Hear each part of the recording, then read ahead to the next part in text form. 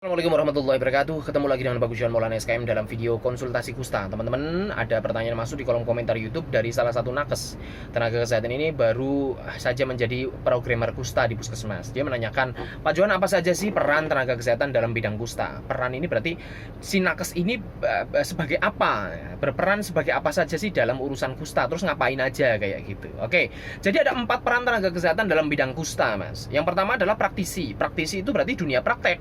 Berarti dia menjadi orang yang memberikan pelayanan kesehatan, bisa langsung kepada kliennya, bisa juga kepada keluarga, bisa aja kepada masyarakat. Oke, tetapi yang dia urusi adalah berarti klinisi, berarti dunia klinisi, dunia penyakitnya. Nah, siapa saja nih yang bisa menjadi praktisi kesehatan untuk urusan kusta? Bisa aja dokter, bisa aja perawat, bisa aja bidan. Ya, dia ini 3 profesi ini yang menghadapi pasien secara langsung dan ngurusi penyakitnya secara langsung. Pelayanan yang diberikan bisa aja kuratif, bisa aja promotif, bisa aja preventif, bisa aja rehabilitatif. Kuratif itu artinya pengobatan, memberikan pengobatan, menegakkan diagnosa dan sebagainya. Lalu kuratif sudah, promotif berarti mempromosikan kesehatan tentang kusta. Lalu preventif, melakukan tindakan pencegahan, misalkan pencegahan reaksi itu bagaimana, pencegahan kecacatan bagaimana, seperti itu. Terus rehabilitatif itu pemulihan kesehatan. Misalkan dia sudah cacat, terus gimana caranya memulihkan reaksinya, pasca reaksi apa yang harus dilakukan. Terus misalkan dia habis mengalami efek samping, pemulihan kesehatannya seperti apa. Nah, itu yang namanya praktisi ya, Mas. Ya, jadi kalau dalam dunia praktisi ini memang terbatas ya, nggak semua orang bisa menjadi praktisi. Praktisi itu artinya dia punya STR dan punya SIP. Seperti saya ada surat tanda registrasi dan juga punya SIP, surat izin praktek. Nah, karena praktisi itu dunia praktek, jadi harus punya SIP, tidak hanya punya STR gitu, Mas. Yang kedua, peran nakes dalam bidang kusta yaitu sebagai edukator. Edukator berarti edukasi, memberikan edukasi, penyuluhan. Nah, ini bisa aja profesinya seorang tenaga promosi kesehatan. Ya tergantung yang dipromosikan itu apa. Kalau yang dipromosikan adalah tentang dunia BTA skin smear, ya bisa aja seorang analis atau peranata laboratorium berarti bisa menjadi edukator dalam bidang kusta. Dia akan memberikan edukasi tentang bagaimana sih cara melakukan pemeriksaan BTA skin smear, misalkan tips-tips bagaimana sih melakukan mengambil sampel yang benar biar sampelnya adekuat, seperti itu. Jadi bisa itu edukator. Edukator ini berarti pekerjaannya apa? Bisa aja dia seorang dosen, ya, edukator. Atau saya juga membuat video-video seperti ini kan juga sebagai edukator. Berarti saya juga menjalankan pekerjaan atau peran sebagai edukator. Intinya orang yang memberikan edukasi, ya, itu kan bisa aja konten kreator juga bisa disebut edukator, dosen juga bisa memberikan edukasi kepada mahasiswanya, atau di kegiatan-kegiatan apapun, misalkan kegiatan promotif, misalkan penyuluhan kesehatan masyarakat tentang kusta di desa, di pengajian, di pertemuan bina keluarga balita, di PKK dan sebagainya, itu berarti sedang menjalankan perannya sebagai edukator, ya. Asal dia nakes atau bahkan bukan nakes pun misalkan, itu bisa menjadi edukator. Contoh misalkan dia seorang ahli biostatistik, misalkan dia menjadi edukator dalam misalkan setelah dia melakukan penelitian menganalisa data sehingga dia memperoleh data. Misalkan hasil penelitiannya dia memperoleh data bahwa keterlambatan penanganan pasien di Kabupaten Tegal ternyata rata-rata lebih dari 1 tahun. Nah, itu kan dia bisa ngomong seperti itu meskipun dia bukan tenaga kesehatan, dia hanya seorang tenaga praktisi biostatistik ya. Gitu. Itu 2 ya, Mas, sebagai edukator. Yang ketiga sebagai peneliti. Nah, peneliti beda lagi. Peneliti belum tentu edukator, peneliti belum tentu praktisi. Peneliti ya orang yang meneliti. Bisa aja misalkan dia bekerja di badan penelitian, dia masuk dalam tim penelitian ya, independen kayak tim penelitian joint research kayak, atau dosen yang juga sebagai peneliti di dalam kampusnya, misalkan peneliti-peneliti yang ada hibahnya.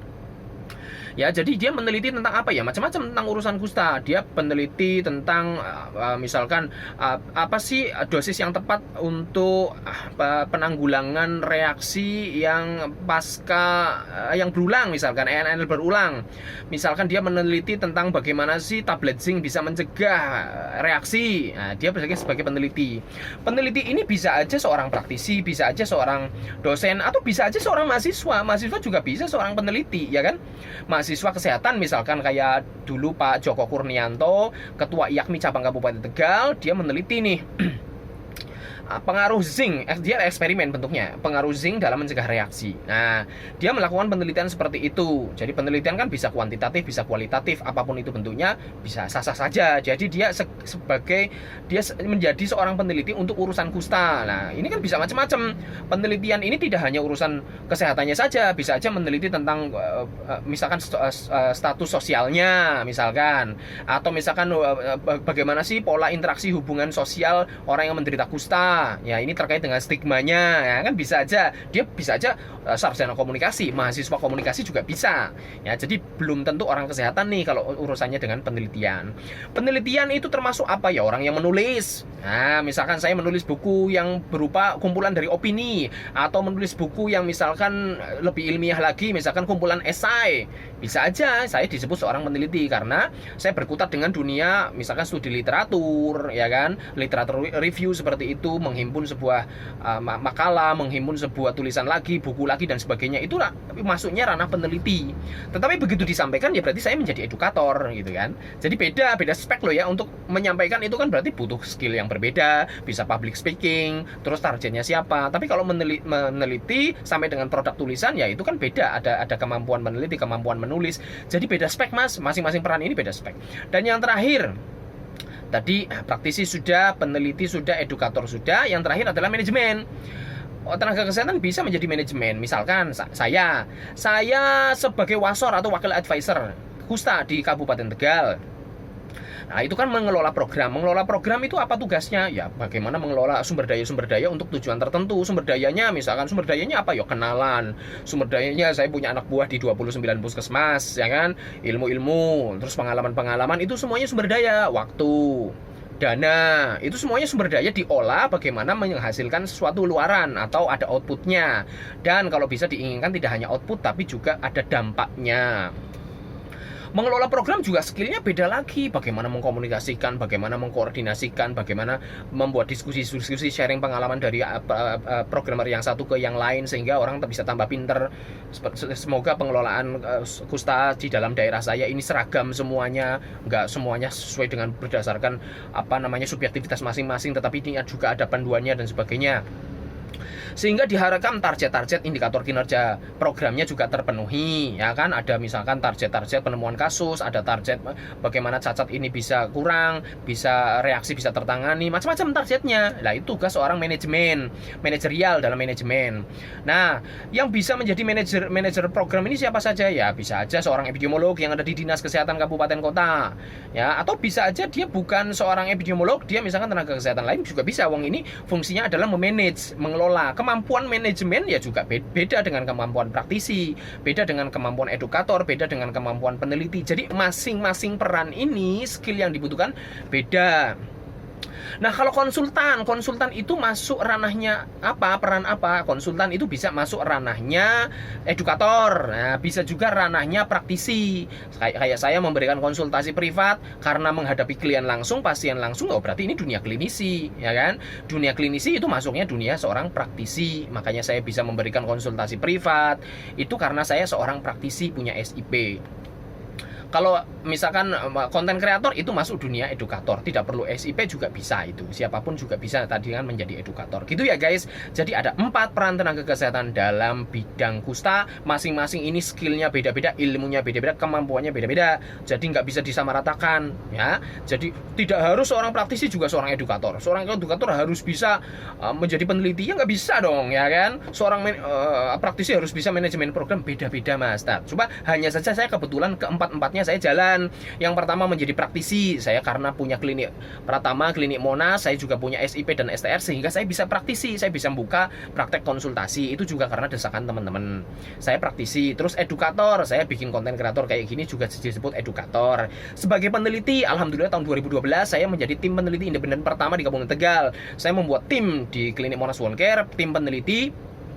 Itu waktu itu motif awalnya adalah bagaimana ya caranya menghilangkan kuman kusta yang sudah mati bercokol di tubuh kita, di kulit dan jaringan saraf tepi. Ini gimana caranya cepat hilang gitu loh.